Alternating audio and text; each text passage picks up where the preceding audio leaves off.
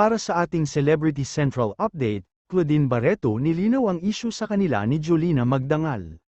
Nagsimula ang isyu sa teleseryeng Iglot ng GMA, magkasama sina Claudine at Jolina sa seryeng ito, kaya lang pinaikli ng pamunuan ng nasabing programa dahil sa napakababa ng ratings at nagtapos na lang, lumabas naman ang isyu na si Claudine daw ang nagpapahinto ng serye.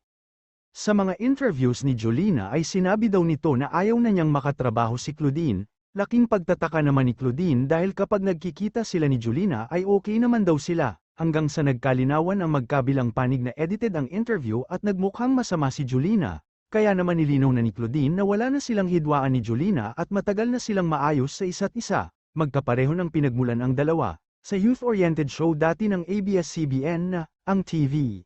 Game ka ba doon, Cloud? Game ka ba doon? Kung matutuloy ang reunion project natin with Juday and Angelo? No, hindi. Ikaw lang ako, Angelo. Walang Angelo. Ha? Oo. Ano ba? Oo.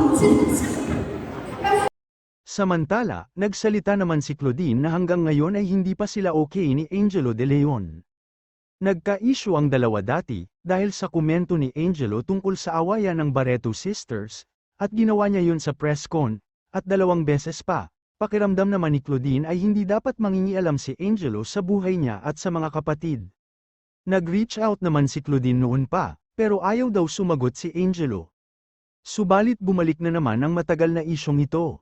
Dahil sa sagot ni Claudine kay Gladys Reyes, nang banggitin ni Gladys ang isang movie project na pagsasamahan nina Judy Ann Santos with Angelo, diretsahan naman nagsagot ni Claudine na ayaw niyang makasama sa trabaho si Angelo, nilinaw din ng aktres na hindi naman daw siya namimili o umaayaw sa isang proyekto kapag ang producer mismo ang magpasya kung sino ang nasa casting.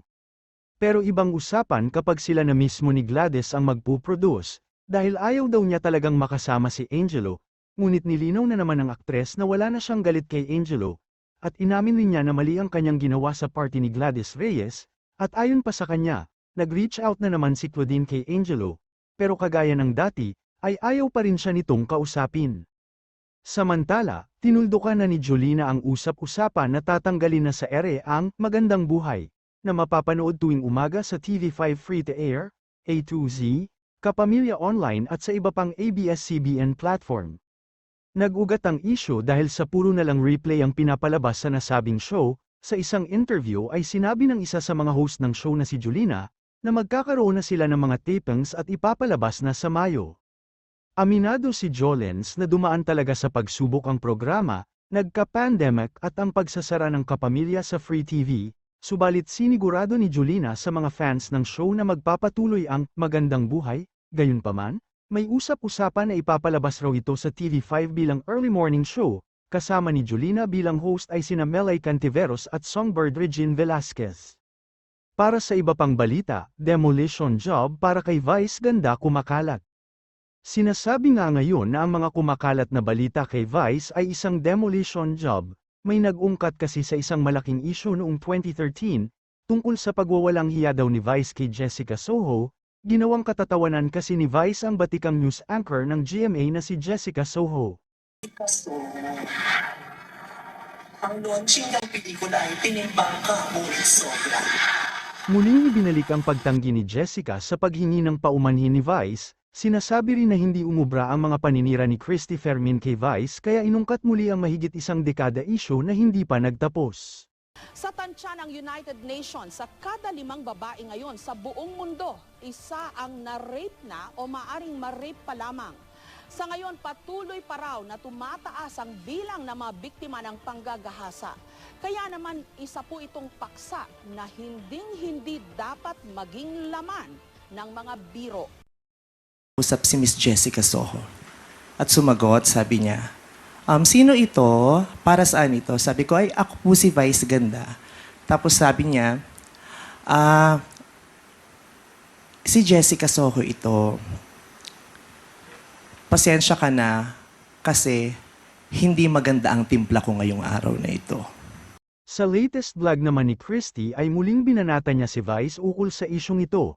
Ilang buwan na rin kasi ang bardagulan nilang dalawa kaya ang itinuturo sa demolition job ay si Christy Fermin. Kung si Christy ay muling tinalakay ang isyong ito, si Vice naman ay wala pang opisyal na statement ukol dito. Susunod, Willie Revilla may kumpirmado na ang pagbabalik niya sa TV5, naganap na ang pirmahan ng kontrata sa pagitan ng Media Quest at kay Willie Revillame, at sinasabi, na kung hindi sa katapusan ng June, ay sa unang linggo ng July mag-e-ere na ang programa ni Willie na hindi pa binanggit ang titulo. Matagal-tagal rin ang pahinga ng comedian host sa telebisyon, matapos nga mag-flop ang show ni Willie sa All TV. Nababalita rin ang patalon-talon ni Willie ng network upang magkaroon lang ng free TV spot ang show niya, lahat na yata ng TV network sa Pilipinas ay nilapitan na ni Willie, sa kabutihang palad ay muli siyang tinanggap ng TV5. Umani rin ng batikos si Willie simula noong pinamumukha niya sa ilang showbiz reporters kagaya nila OG Diaz at Christy Fermin ang mga naitulong niya rito.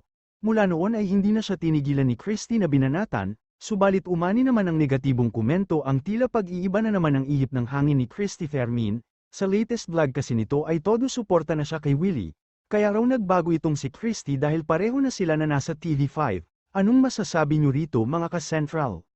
Diwata Pares, hindi daw masarap ayon kay OG Diaz, muli na naman na misquote ang comedian showbiz columnist na si OG Diaz.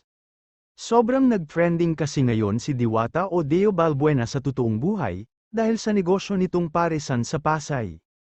Muli na namang nagpaliwanag si OG at hinamon ng mga ibang vloggers na panuurin muna ng buo ang kanyang show bago magbalita ng kung ano-ano. Dahil nga sa isyong yan, ay nagpabili ng pagkain si OG mula kay Diwata at nagkaroon ng food review. Approved naman kay OG ang lasa nito para sa napakamurang Ito na, presyo. titikman na natin ha. Unahin natin ang sabaw. Bakit pag-igo? Okay. Ah, okay. Parang mas overload yung reaction.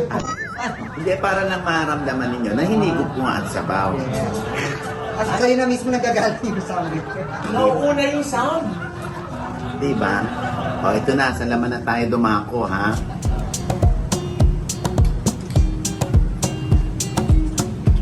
Nakilala si Diwata at nag-trending noong 2016 dahil sa balitang naman. sinaksak siya ng Hindi mga na taong ganun pinaas ka-fabulous, niya sa ilalim pero ng tulay okay dahil na sa for pagtulak 100 at paggamit ng droga. Ito? Ayaw niya kasi Kasama yung madamay rice? lalo pa sa kainitan ng Ano ni? kauhang sa panahong yun.